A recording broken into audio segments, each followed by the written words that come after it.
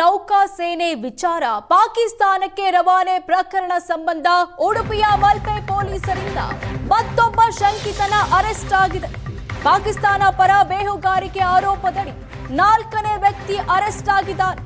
ಪಶ್ಚಿಮ ಬಂಗಾಳ ಮೂಲದ ಆಲಿಫ್ ಇಸ್ಲಾಂ 21 ವರ್ಷದ ಆಲಿಫ್ ಅರೆಸ್ಟ್ ಆಗಿದ್ದಾನೆ.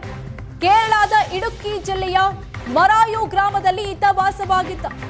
ಡಿಸೆಂಬರ್ 2025ರಲ್ಲಿ ಗುಜರಾತ್ನ ಹೀರೇಂದ್ರ ಕುಮಾರ್ನನ್ನ ಖಾಕಿ ಬಂಧಿಸಿದ್ರು. ನವೆಂಬರ್ 2025ರಲ್ಲಿ ಉತ್ತರ ಪ್ರದೇಶದ ರೋಹಿತ್ ಸಂತ್ರಿ ಅರೆಸ್ಟ್ ಆಗಿದ್ರು. ಸೇನೆಗೆ ಸಂಬಂಧಿಸಿದ ಗೌಪ್ಯ ಪಟ್ಟಿಯ ಮಾಹಿತಿಯನ್ನ ಈ ಆರೋಪಿಗಳು ರವಾನಿಸ್ತಾ ಇದ್ರು. ಈ ಆರೋಪ ಸಂಬಂಧ ಸದ್ಯ ಅರೆಸ್ಟ್ ಮಾಡಲಾಗಿದೆ.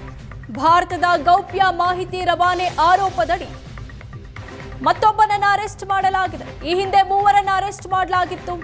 ಕಡಲ ತೀರದ ಮೂಲಕ ಭಯೋತ್ಪಾದನೆ ಕೃತ್ಯ ನಡೆಸಿರೋ ಶಂಕೆ ವ್ಯಕ್ತವಾಗ್ತಾ ಇದೆ.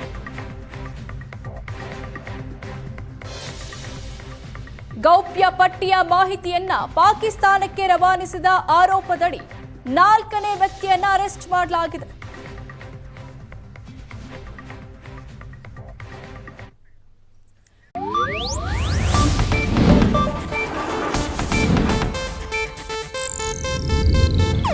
ಇದು ಏಷ್ಯಾನೆಟ್ ನ್ಯೂಸ್ ನೆಟ್ವರ್ಕ್ ಪ್ರಸ್ತುತಿ.